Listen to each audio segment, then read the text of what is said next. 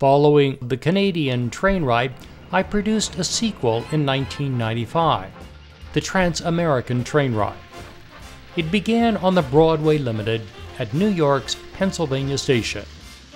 This was the premier train of the Pennsylvania Railroad, and it ran in stiff competition with the 20th Century Limited. Chicago was the end of the route. Here I would change trains. But before heading west, I took time to film some of the sights of the Windy City. Chicago has arguably the greatest skyscraper architecture of any city in the world. From Chicago, I continued west on the California Zephyr. From Union Station, we headed out over the Illinois farmland on a 2,300-mile journey to the west coast. We passed through Illinois, Iowa, and Nebraska before entering Colorado and stopping at Denver, the mile-high city and the capital of the state.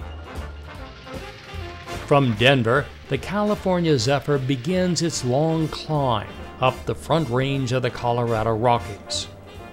Amtrak had expressly told me I could not ride in the locomotive, but after twisting a few arms and some creative fibbing, I talked my way into the front cab for one of the most spectacular point-of-view filming experiences I have ever had. The California Zephyr passes through 30 different tunnels on the Front Range as it makes its way toward the summit. Some of the tunnels are just a few hundred feet. The longest, the Moffat Tunnel, is 6.2 miles long.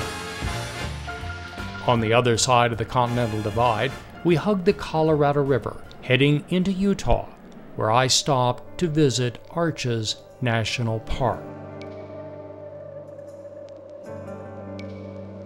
I found it haunting and amazingly beautiful. The Zephyr continues northwest, heading to Salt Lake City.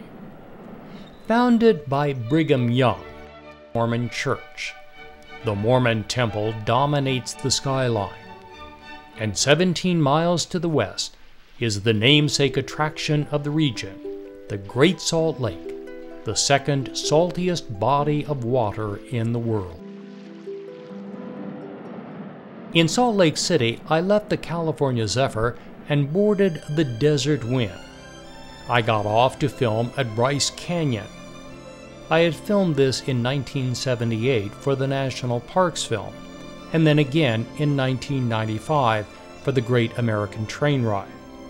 The canyon had not changed, but the film stocks and image quality were much improved. From Bryce, the Desert Wind continues to the oasis in the sun, Las Vegas. I first came to Las Vegas with my parents in 1965, and has it changed? Of everything I have filmed, nothing has been in such a constant state of flux as Las Vegas. Much of what you see here is gone, exploded, imploded. Something new stands on the site. An erupting volcano, battling pirate ships, gigantic casinos, and the great Cirque du Soleil shows make this one of the top destinations of the world. And finally, 3,313 track miles from Pennsylvania Station is the City of the Angels, Los Angeles, Union Station, LA.